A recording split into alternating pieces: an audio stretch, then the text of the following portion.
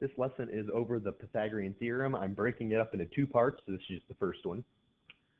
The objective, students will be able to use the Pythagorean Theorem to find missing sides of right triangles. So this is what you guys are used to with the Pythagorean Theorem. I'm hoping this is all just a review. So the Pythagorean Theorem states, if triangle ABC is a right triangle, then leg 1 squared plus leg 2 squared is equal to hypotenuse squared, which we all know as a squared plus b squared equals c squared. Now, part 2 of the Pythagorean Theorem that you guys will learn later, it sprinkles in a little bit of how we can use this without a right triangle, but this statement only holds if it is a right triangle. That statement, a squared plus b squared equals c squared, only works if it's a right triangle. So we'll talk about the rest later. So these first ones, you are finding the hypotenuse. So these are a little bit easier than some of the other ones. If it helps you, you can label your A, B, and C, but really the big deal is making sure you know what your hypotenuse is, because it doesn't matter if you put 6 squared plus 8 squared is equal to x squared, or if you put 8 squared plus 6 squared. It doesn't make any difference the order of the 8 and the 6, but your hypotenuse does have to be over here, else you're going to get it wrong. So 6 squared is 36, 8 squared is 64. If you don't know those, make sure you use a calculator, or if I were you, I would use a calculator to double check anyways. 36 plus 64 is 100, is equal to x squared. And now we get to the hard part of that. What do we do from here? Well, the first thing I'll tell you is what not to do. Do not divide by 2. A lot of people divide by 2 and say it's 50, and that does not work out. So instead, to cancel out a squared, you have to take the square root of both sides. Now, when you do that, the squared and the square root cancel. They're inverses. That's the whole idea. The square root of 100 is 10, but remember, it's supposed to be plus or minus 10. For me, that's the hardest part. I forget that all the time. When we take the square root, we need the plus or minus, but I'm going to give you a little bit of help here. This length right here can never, ever, ever be negative. You can't say that length of a triangle is negative. That doesn't make sense. You can't have negative distance. So our answers for this are always going to be positive. So you don't even have to worry about that plus or minus. Last thing I'll say, if you end up with a decimal, I would round to 2 decimal places unless it tells you otherwise, and that's what we're going to get to in the next couple problems. But again, if it doesn't say anything, like number 2, if it gives me a decimal, there's nothing in the instructions on where to round, so I would go to 2 decimal places. But make sure you always read the instructions first. I actually messed that up and had to redo this video because of it. So, number 2, again, I'm going to go ahead and label my C, but it doesn't really matter what the other ones are. 24 squared. Please use your calculator for this. Too many people try to do 24 times 24, 16, 8, 9, and they do all this by hand, and they end up making a little mistake, and it throws off their whole problem. Use your calculator. There's calculators on your computer. There's calculators on the internet. There's calculators on your phones. Please use something. Oops, sorry. 24 squared is 576. 7 squared is 49. Add those together. 625 is equal to x squared. Take the square root of both of these. The square root of 625 is 25. Now, the other thing I'll say before we move on from this, these numbers that we got, so number 1, we got 6, 8, and 10, and this one we got 7, 24, and 25. Those are called Pythagorean triples. Pythagorean triples are 3 numbers that make up a perfect Pythagorean triangle, and they're all whole numbers. That's the key. There's no decimals, there's no fractions, and there's very, very many of these examples. I think 3, 4, 5 is the smallest example, but that's what a Pythagorean triple is, when you get 3 numbers that fit perfectly into the Pythagorean theorem, and they're all whole numbers. That's the key. So moving on, find the value of x, round your answer to the nearest tenth, and this is what I was talking about. I didn't read this the first time I made this video, and I went back and redid it because I was going to 2 decimal places. Now, it does help to make sure you realize the tenth is 1 decimal. If it's the 100th, spelled wrong. There's a D in here. That's 2 decimal places. Thousandths is 3 decimal places, so on and so forth. So we want to go to 1 decimal place. Now again, if it doesn't have this as your, if it didn't have this on your instructions, then 2 decimal places is what I'm looking for. Always default to that unless it tells you otherwise. But again, you have to read the instructions. So this one, the only difference is now our hypotenuse, we know our hypotenuse, but we don't know one of the legs. So our 16 squared, the x squared is on the opposite side of the equal sign. Don't mess that up. A lot of people, when they miss this, it's all because they're putting the x squared over here, and that's reserved with a hypotenuse. So 16 squared is 256, plus x squared is equal to 19 squared is 361. Subtract 256. So just like normal, we need to get the x squared all by itself before we do any square roots or before we cancel that exponent. So that's why we have to subtract 256. So x squared is equal to 105. And now, just like the last one, now the x squared is all by itself. So now we can take the square root. The square root of 105 is 10.246950077. So we need to round to 1 decimal place. We need to round to the nearest tenth because that's what it says. So this is x is equal to 10.2. Now, again, I'm going to tell you that if it ever doesn't tell you in the instructions what to round to, I would go to 2 decimal places. So 10.25. This 6 rounds that 4 up to 5. A lot of people just chop off that last part. You can't do that with this one. Now, I'm going to be honest with you guys. I try to drill into your head to go to 2 decimal places. So even if you take a test and it says round to the nearest tenth, I'll probably give you points if you round to 2 decimal places. But make sure you are rounding correctly because, again, if you put 10.24, I don't know if you can't round or if you're just being lazy and not doing enough work. So make sure you're rounding to 2 decimal places. So this next one, we have 5 squared plus x squared is equal to our hypotenuse. So that's 25 plus x squared is equal to 100.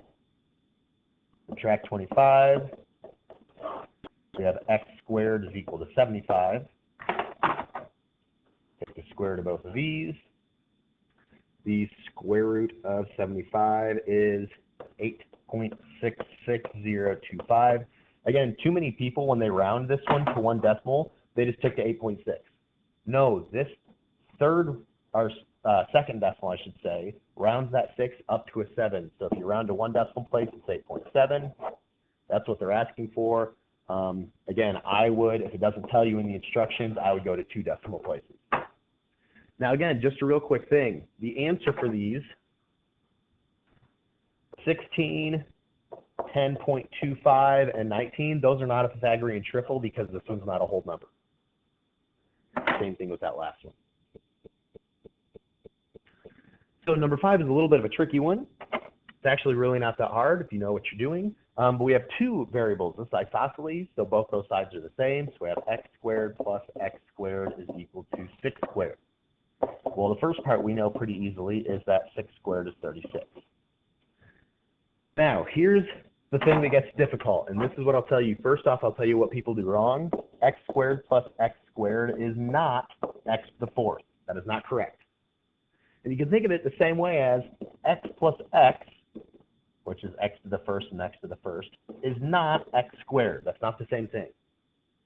So if you think about what it actually is, x plus x is actually 2x. Well, that means x squared plus x squared is literally just 2x squared. Well, now when you know that, it shouldn't be too bad. We divide both sides by 2, because again, we got to get the x squared by itself. X squared is equal to 18. Take the square root of both of those. The square root of 18 is 4.2426. So again, the answer for this one, x is equal to 4.2, since you're rounding the nearest tenth. If you're going 2 decimals, 4.24. But again, you should be going to the nearest tenth since it tells you the nearest tenth. But if it ever doesn't tell you and you don't know what to round to, you can always go to 2 decimal places. That's the same for almost everything in this class. If in doubt, go to 2 decimal places. So to wrap this up, we're going to have a couple story problems. Definitely draw pictures, because that's one of the things that I think gets a little bit confusing if you skip that. The slide at a playground has a height of 6 feet. So we have this slide. Its height is 6 feet. And actually, I should say this is what a slide normally looks like, but I bet they're going to say the slide looks like this. So the height is 6 feet.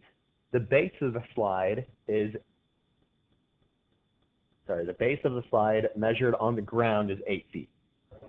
So this length is 8 feet. What is the length of the sliding board? So the sliding board is what you're actually sliding on. And again, we're assuming it's straight. That's why I erased the first one. So that's what we don't know. That's our x. Well, again, if this is a slide, we know this is a right angle. So we have 6 squared plus 8 squared is equal to x squared. 36 plus 64 is equal to x squared. We actually did this exact problem earlier. 100 is equal to x squared. Take the square root of both sides. So that length is 10 feet.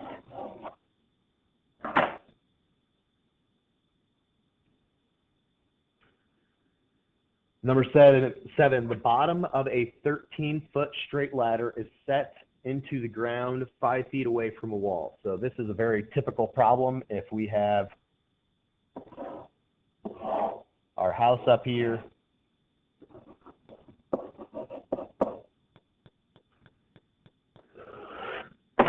so if you are fixing something, you're fixing like a light or something like that.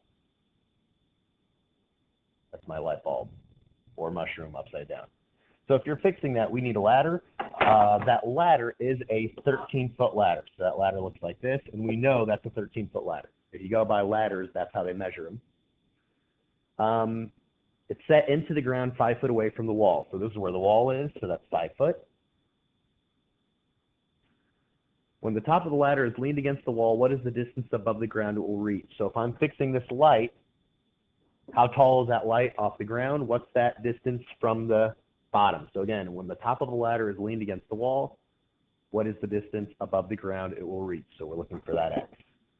So 5 squared plus x squared is equal to 13 squared. It makes a right triangle. 25 plus x squared is equal to 169. Use your calculator if you need to for that. Again, I would use my calculator just to double check. And make sure you subtract. Now, I didn't say this earlier, but I should have. If you ever over here end up with a negative number, you did something wrong. You will never have a negative when you're subtracting on that side. Take the square root of both sides. Hopefully, you guys realize you can't get a negative because you can't take the square root of a negative. So that is 12 foot off the ground. And again, that's another really typical question for Pythagorean theorem, where you have a ladder that's so long or tall, you set it at an angle, it's this far away from the ground. Make sure you know those. In shop class, you make a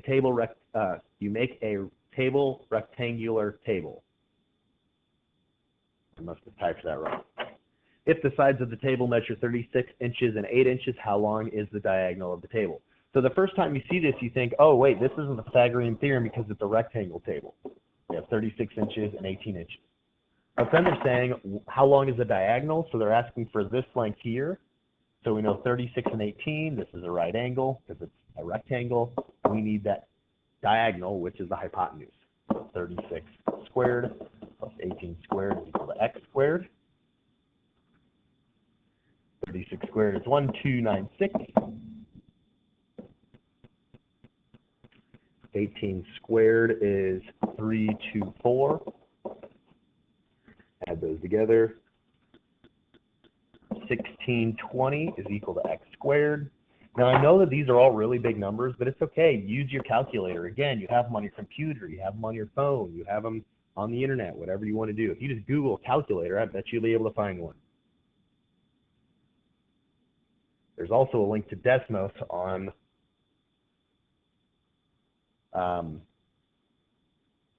Canvas, sorry. So again, we end up getting the answer of 40.24922, but again, make sure you see if it doesn't say this, you're going to go to 2 decimal places. This one does say around to the nearest tenth, so 40.2.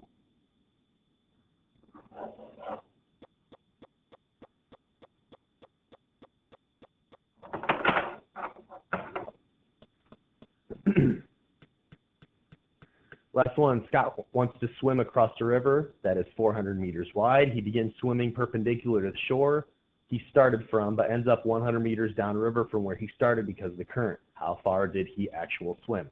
So I don't know if a lot of you guys have done this ever, but if you have a river and the current is going this way, all the water is pushing you. So if you leave and you try to swim right here straight across the river, that current's going to push you, and so eventually you're going to end up downriver a little bit. So this is saying that he left. Let's make this a little bit bigger. This river is 400 meters across. That's a really, really big river. He begins swimming perpendicular to the shore he started, but ends up 100 meters downriver. So he ends up down here, 100 meters downriver. How far did he actually swim from the starting point? We're going to assume he swam in a straight line. So we need to know the hypotenuse. So we have 400 squared plus 100 squared is equal to x squared. Again, we're going to have some pretty big numbers here.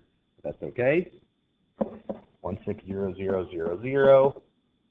100 squared is 100,000. Oops, sorry, messed this up. This is supposed to be equals x squared. My bad.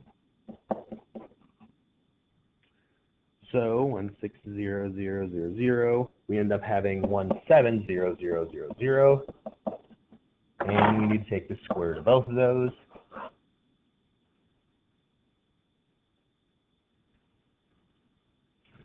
So 412.3105. So if you look at this, it doesn't say to round to the nearest tenth. It doesn't say round to the nearest hundredth. I would go to 2 decimal places, 412.31. Now, again, to be honest, since this section, they said round to the nearest tenth on every single problem but this, if you would have rounded and put 412.3, I would accept that because the rest of them in this whole lesson have been to 1 decimal place. But if it ever doesn't tell you, if you need to assume something, I would go to 2 decimal places. That's always a safe bet.